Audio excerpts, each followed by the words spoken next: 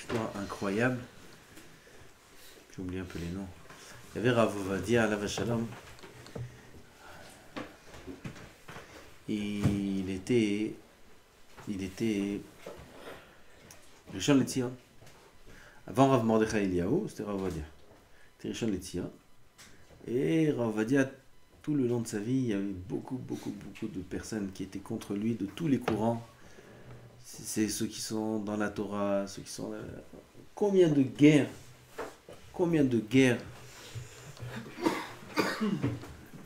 a dû subir le Rav, alav shalom.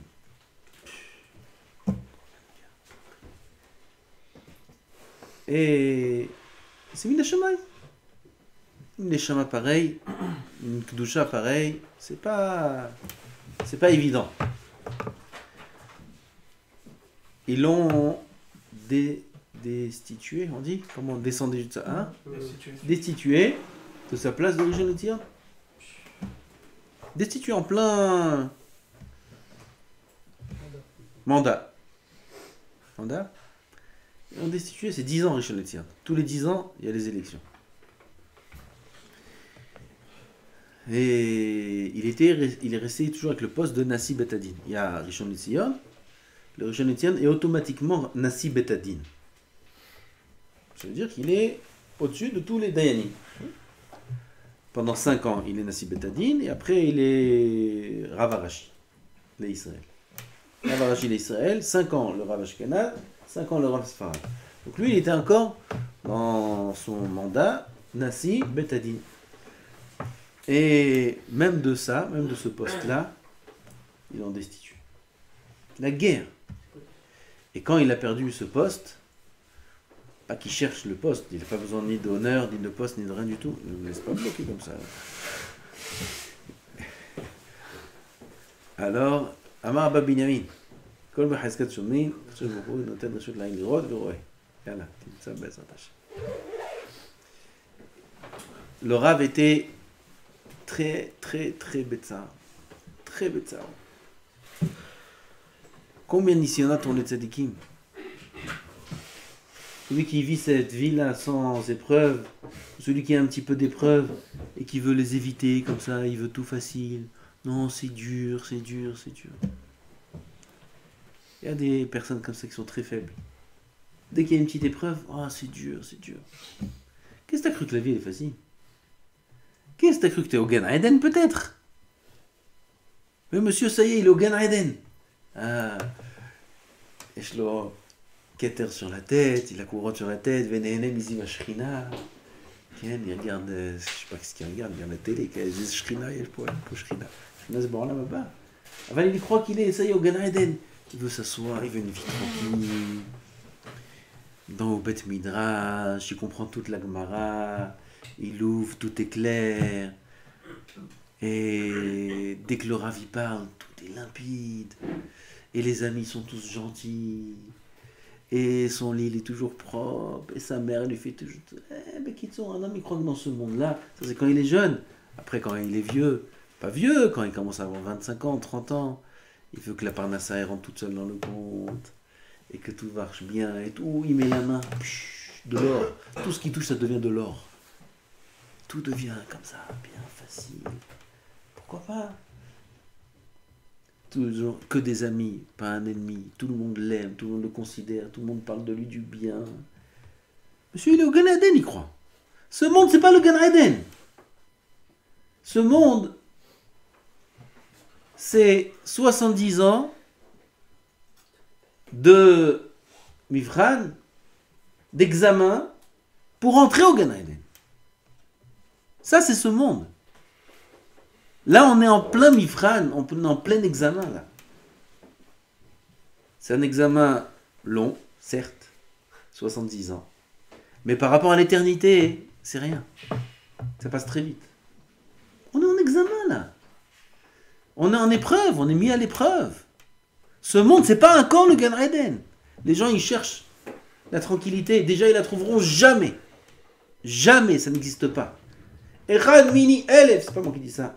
Regardez, mais c'est là, Tisha. L'otimsa echad mini elef, 1 sur 1000, tu trouveras pas. qui a trouvé la tranquillité dans ce monde. 1 sur 1000, tu ne trouveras pas. Et même si tu le trouves, combien, s'il a réussi, combien de temps, combien la vie elle passe, combien de fois il va profiter de son bonheur? Rien du tout. À ce monde-là, c'est pas le monde du bonheur, c'est pas le monde de la tranquillité, c'est pas le monde, c'est le monde des épreuves. On est mis dans ce monde, comme ça il écrit là-bas aussi le Messie de Tisharim, pour surmonter les épreuves. C'est le but de la vie. L'on ivra Adam, et là, la'amod benisionot, comme ça il écrit. La'amod benisionot, tenir les épreuves. Qui dit épreuve, dit souffrance, dit pas évident, c'est pas facile, c'est dur. Ben voilà, bienvenue dans ce monde. C'est pour ça que Kadosh Baruch Hu, il a fait descendre un Neshama dans ce monde. Kadosh Baruch Hu a fait descendre un Neshama dans ce monde pour tenir les épreuves, pas pour les éviter. Qu'est-ce qu'ils font tous? Ils évitent. Ils évitent les épreuves. Là, on aura. Pour deux. La prochaine fois, pour demain. Ils évitent les épreuves, et dès qu'il y a quelque chose de dur, ils essayent de contourner.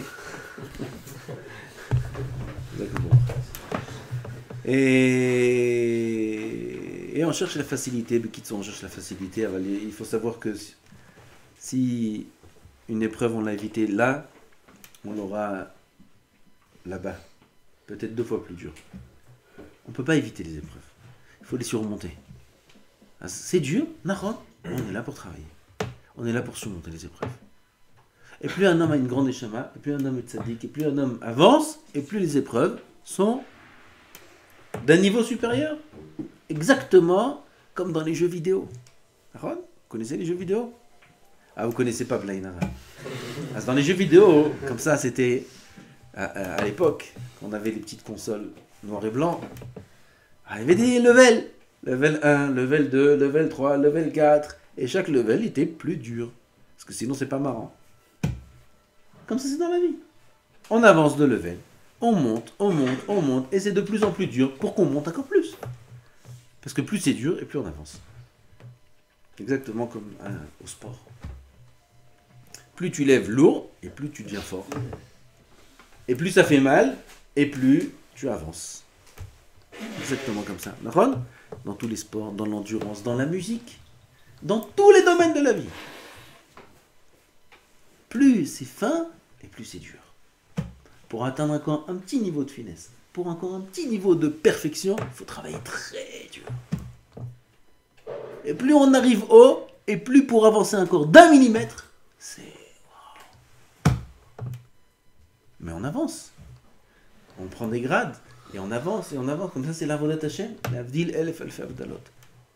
La grande différence entre tous les domaines dont on a parlé et l'avodat Hashem, c'est que Kadosh Baruch Hu est avec nous dans l'avodat Hashem. Kadosh Baruch Hu nous aide, nous soutient. Shivtecha ou mish'antecha hema yenachamoni. Shivtecha ou mish'antecha hema yenachamoni. Shevet, c'est le bâton. Mish'anet, mish'antecha, c'est l'aide, le support. Ton bâton et ton support me rassurent. Parce que quand même, quand il y a le bâton, le support, je comprends. Le bâton, ça fait mal. Oui, mais le bâton, il vient de toi. Et ça me rassure parce que quand il y a le bâton, ça veut dire que tu es avec moi, ça veut dire que tu veux me faire avancer. Ça, c'est les épreuves. Pour revenir à l'histoire du Rav, Alav Shalom, il avait des épreuves terribles. Dont une des épreuves dont on parle que quand il était, au moins, il lui restait le poste de Nasi qu'est-ce que j'ai dit? Nasi Betadin. Alors, et ça va. Pas parce qu'il cherche les postes, pas parce qu'il cherchait les honneurs, il était un avant incroyable le Rav, mais parce qu'en étant Nasi, il peut protéger beaucoup les Dayanim, il peut faire en sorte que le Beddin soit droit, soit juste, etc. Parce qu'il avait un pouvoir. Et ça, on lui a enlevé. Et il était très bêta. Très bêta. Pendant 3 mois, le Rav avait une peine immense. Celui qui nous raconte cette histoire, c'est quelqu'un qui étudie avec nous le soir. Il se rappelle des shiurim qu'il donnait pendant cette période-là, parce que le Rav il donnait des shiurim dans l'Alakha, il a encore les cahiers où il notait les shiurim de l'Alakha, il était jeune, Bachou. Et Et il avait remarqué chez le Rav une grande différence dans son comportement, dans sa manière de parler, dans sa joie. Il était très peiné, le Rav. Jusqu'à qu'un jour, il y a un Chacham, j'ai oublié le nom,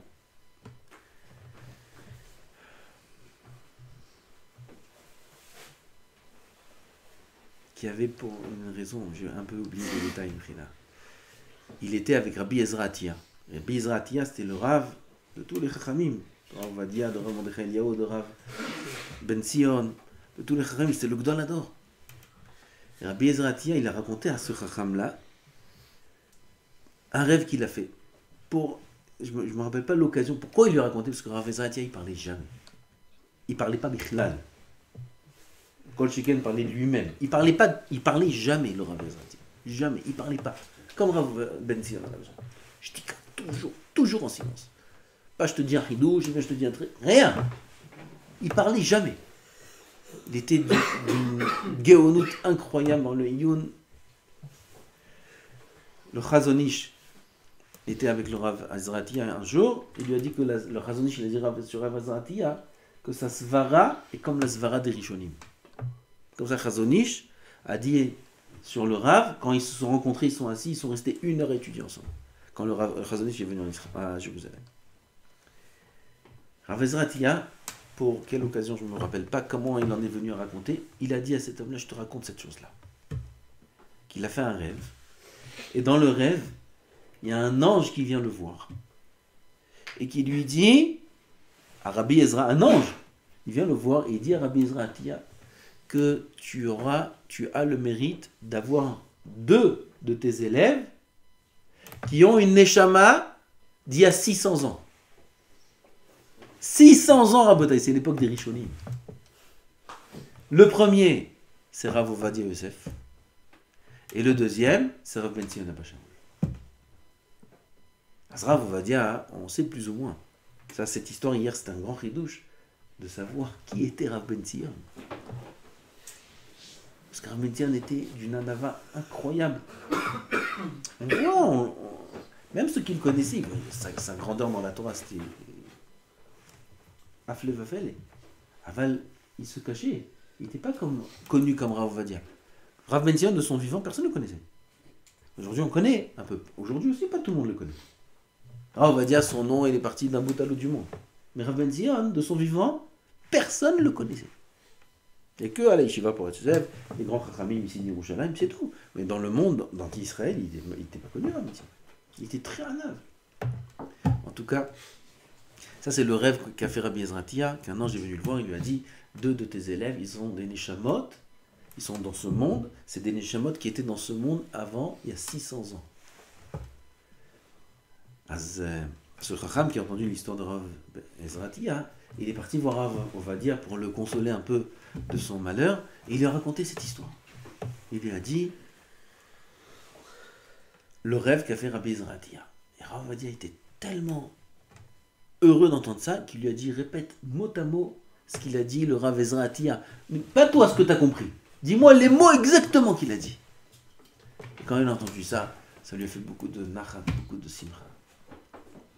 Après, il a raconté encore ce Chacham que quand Rav Yehuda Tzadka, il était nifta, il a fait un lien entre les deux histoires, mais j'ai oublié. Je vous raconte une deuxième histoire, de toute façon le temps est terminé. Quand Rav Yehuda Tzadka est nifta, il fallait nommer le Rosh Yeshiva. Tout le monde a mis ses yeux vers Rav Ben Sion. Rav Ben Sion, c'est le Gdol Hador. Donc Rav Ben Sion, c'était au niveau logique le successeur de Rav Yehuda Tzadka. Et juste avant qu'on nomme le Rosh Yeshiva, Rav Ben Sion, il a réuni tous les Chachamim de la Yeshiva. Et il leur a dit, en aucun cas, je serai le successeur du Rav Yehuda Tzadka. Jamais de la vie. Ce ne sera pas moi le Rosh Yeshiva. Pourquoi? Parce qu'il a un enfant. Rabbi Moshe Tzadka. Moshe Tzadka, c'est son fils. Et Rambam, Malacha, etc. Il y a une Yerusha dans le poste de Rosh Yeshiva. Il y a une Yerusha, il y a un héritage. Et son fils, c'est lui qui doit hériter du poste. Il était beaucoup plus jeune que tous ces Chachamim, Rav Moshe Tzadka. Et sachez, il a annoncé, en aucun cas, je prendrai le poste de Rosh Yeshiva.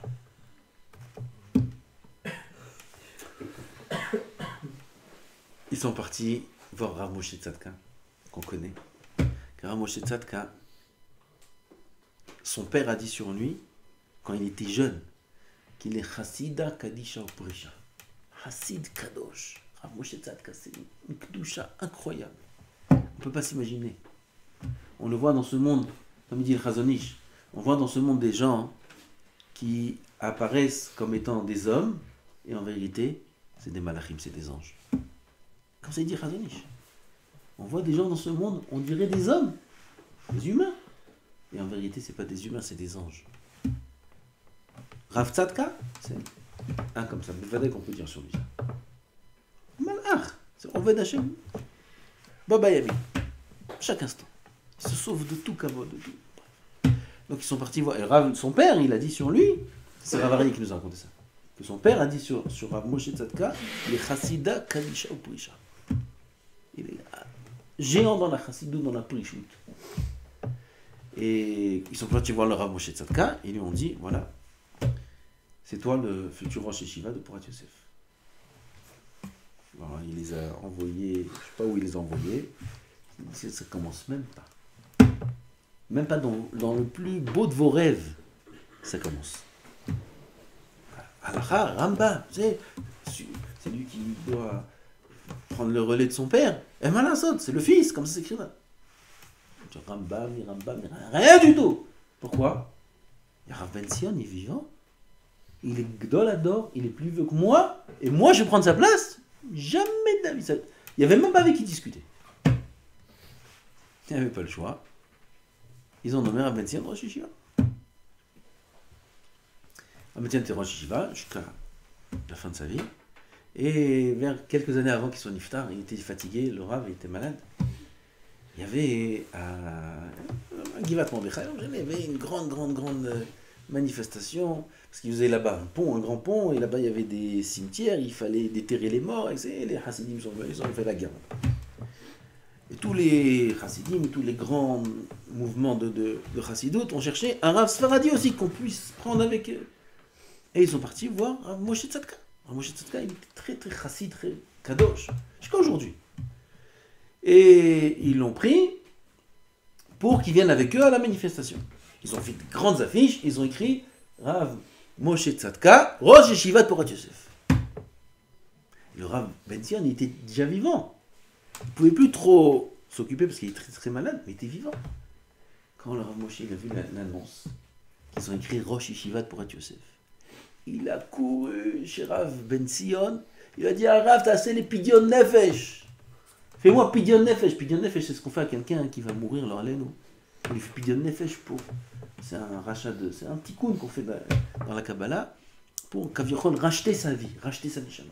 Il dit fais-moi pidyon nefesh. Il dit pourquoi Magara? Il dit on a écrit Rosh Yeshiva. Je suis pas Rosh Yeshiva. Chas v'shalom, c'est le Rav Rosh Yeshiva. Ils ont écrit sur moi Rosh Yeshiva. Pidyon nefesh, il a voulu qu'on lui fasse. Vous vous rendez compte ce que ça veut dire? C'est même pas de tchouva, c'est même pas de mehila. Ça veut dire il sentait qu'il allait mourir. Parce qu'on a écrit sur lui Rosh Yeshiva. Il y a ce Chacham qui a raconté l'histoire, il est parti voir Rav Tzadka. Et ils lui ont dit, alors il lui a dit, Ken, Rav Bemet, Minashamaim, si on a écrit Rosh Yeshiva sur vous, c'est Minashamaim. Que c'est vous qui, Minashamaim, devez être Rosh Yeshiva. Il lui a dit, d'où tu sais que c'est Minashamaim, moi je dois être Rosh Yeshiva. Il lui a raconté toute l'histoire, qu'il a parti voir Rav Ben Zion, et qu'il lui a demandé pour... Ah, j'ai sauté un épisode. Ça y est, il est tard. La prochaine fois, Bli Neder. Non, je peux pas. J'ai sauté un épisode. La prochaine fois, je raconterai cet épisode-là. Que Minashamaim, il y a quelque chose qui a fait qu'on savait que c'était lui le Rosh Yeshiva. Voilà, c'était l'histoire parce qu'on n'avait pas le livre de Michelet. Et Bli Neder, demain on continue. Charles Bitachon. Baruch Adonai L'Olam. Amen.